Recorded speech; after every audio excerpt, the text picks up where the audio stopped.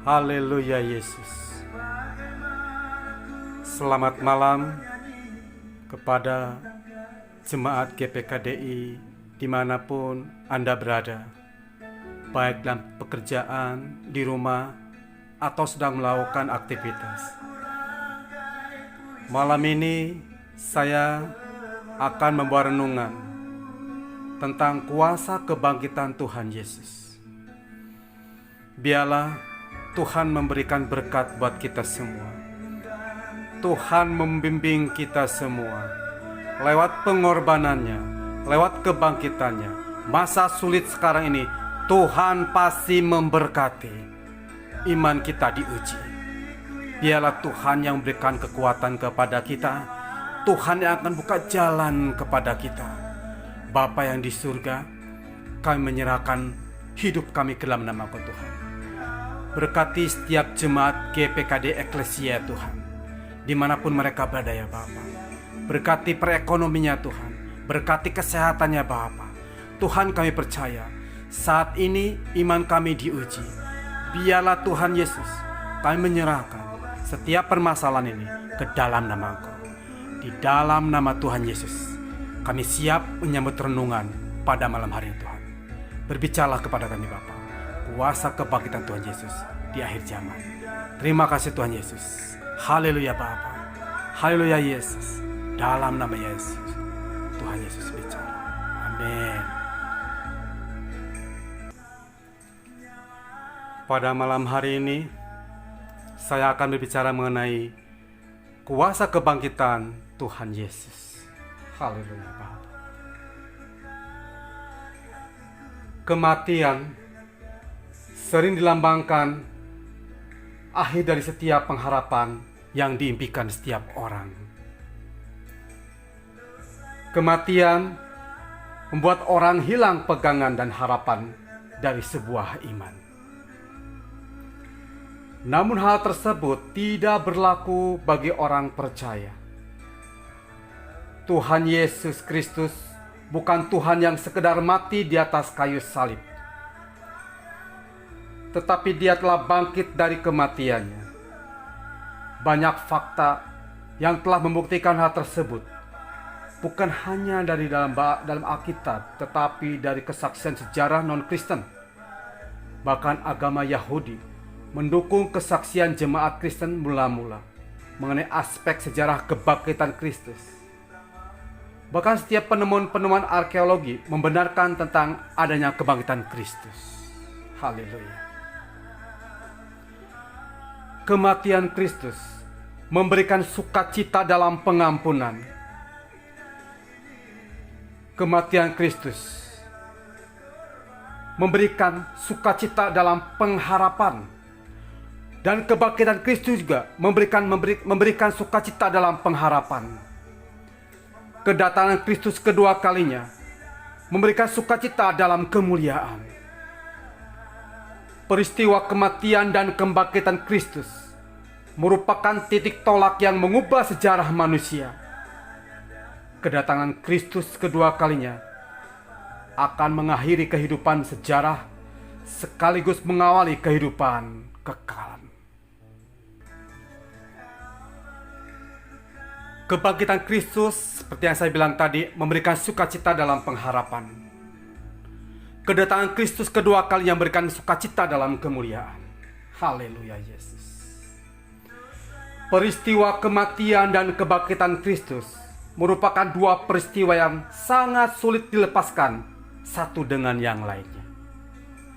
Tanpa kematian tidak ada kebangkitan. Tanpa kebangkitan, kematian menghancurkan harapan. Kuasa apakah yang bekerja dalam kehidupan peristiwa itu? Kuasa ini bersumber dari Tuhan Yesus sendiri. Tuhan yang berkata, tidak seorang pun mengambilnya daripadaku, melainkan aku memberinya menurut kehendakku sendiri. Aku berkuasa memberikannya dan berkuasa mengambilnya. Kembali inilah tugas yang kuterima dari Bapakku. Yohanes 10 ayat 18. Saudaraku, mari kita lihat Filipi 3 ayat 10 sampai 18. Peristiwa kematian dan kebangkitan Kristus merupakan dua peristiwa yang sulit dilepaskan, yang seperti saya sampaikan tadi. Di dalam Filipi 3 ayat 10 sampai 12, yang ku kehendaki ialah mengenal Dia dan kuasa kebangkitannya dan persekutuannya dalam penderitaannya, di mana aku menjadi serupa dengan Dia dalam kematiannya, supaya aku akhirnya beroleh kebangkitan dari antara orang mati. Bukan seolah-olah aku telah memperoleh hal ini atau telah sempurna, melainkan aku mengejarnya. Kalau aku dapat juga menangkapnya, karena aku pun telah ditangkap oleh Kristus Yesus. Itu terdapat dalam Filipi 3 ayat 10 sampai 18. Mengenai Yesus secara pribadi mungkin berbeda-beda bagi setiap orang. Ada yang mengenal Dia dengan sungguh-sungguh lewat perbuatan baik. Ada yang mengenal Dia berbaik dalam percobaan, pergumulan, permasalahan yang silih berganti dan lain-lain. Mengenal Yesus yang telah rela mati demi dosa umat manusia mengandung makna yang sangat khusus bagi setiap umat Kristiani di seluruh dunia. Paulus adalah seorang yang terus mengejar untuk lebih dan lebih mengenal kuasa kebangkitan Kristus di dalam hidupnya. Keinginan Rasul Paulus yang terutama adalah mengenal Yesus dan kuasa kebangkitannya dan menjadi serupa dengan Tuhan Yesus dalam seluruh aspek kehidupannya. Bahkan juga keserupaan dalam kematiannya disampaikan Filipi 3 ayat 10. Mengenai pribadi Kristus dan mengenal kuasa kebangkitannya sesungguhnya adalah hal yang penting untuk kemenangan kita setiap hari dalam perjalanan menuju tujuan ilahi. Orang yang mengenal Tuhan akan menjadi kuat dan mampu bertindak atas tantangan. Orang yang hidup dalam kuasa kebangkitannya tidak akan pernah dapat dikalahkan oleh masalah, kuasa iblis maupun tekanan dunia. Kuasa kebangkitannya membuat kita hidup dalam otoritas ilahi. Kuasa kebangkitannya selalu menghidupkan pengharapan baru dan membuat kita bisa bangkit kembali.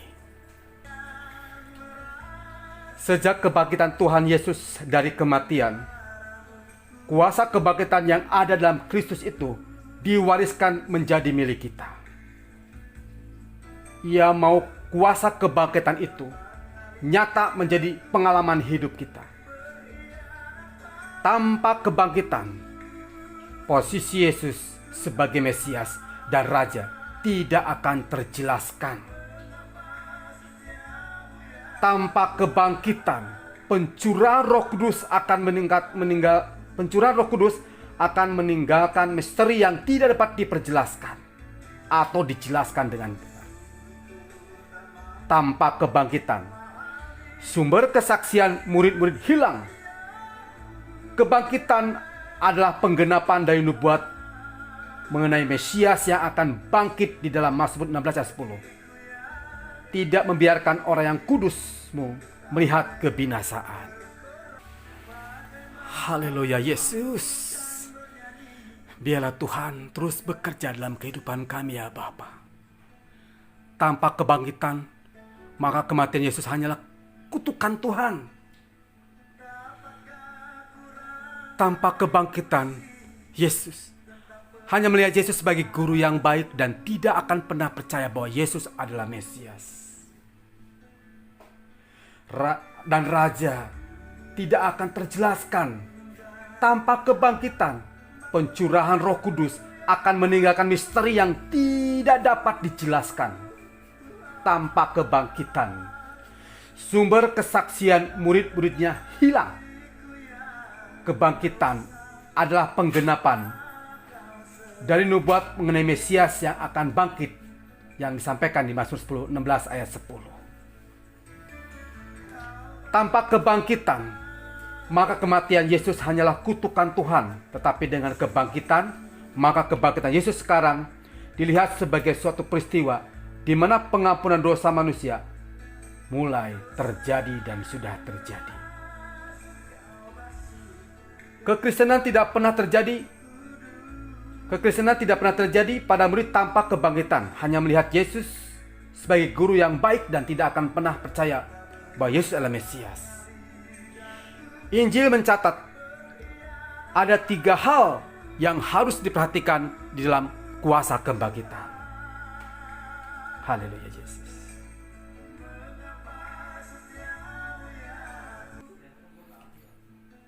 Yang pertama, hubungan pribadimu dengan Tuhan.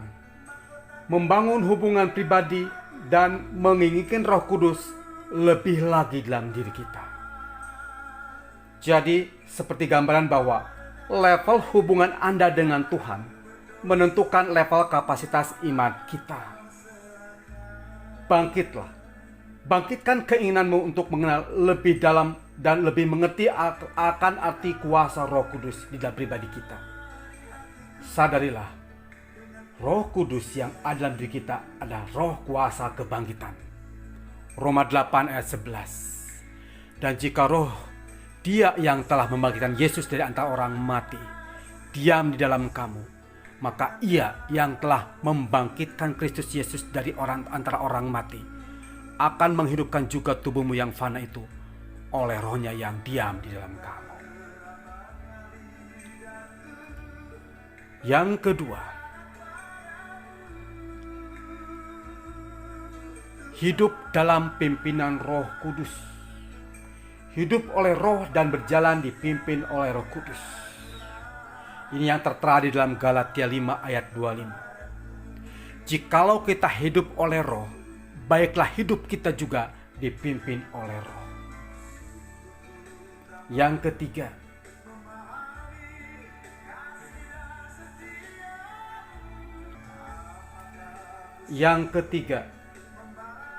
yaitu hidup mengandalkan hikmat dan kekuatan Roh Kudus.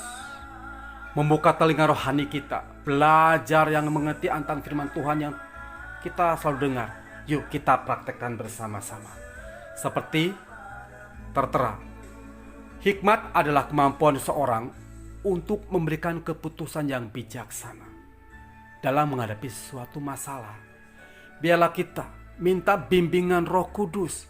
Biar Roh Kudus berbicara dalam hati kita, bergerak atas keinginan Dia ada di dalam hati kita, supaya kita bisa menang bersama Yesus. Seperti tercantum dalam Efesus 1 ayat 17-18. Dan memintanya kepada Allah Tuhan kita, Yesus Kristus, yaitu Bapa yang mulia itu, supaya Ia memberikan kepadamu roh hikmat dan wahyu untuk mengenal Dia dengan benar. Dan supaya Ia menjadikan mata hatimu terang, agar kamu mengerti pengharapan apakah yang terkandung dalam panggilannya, betapa kayanya kemuliaan bagian yang ditentukannya bagi orang-orang kudus. Injil mencatat pernyataan Yesus bahwa Ia akan dikhianati, dibunuh, dan dibangkitkan lagi. Mereka menyaksikan bahwa kubur telah kosong, dan Ia menampakkan diri kepada murid-muridnya seperti yang telah dikatakannya.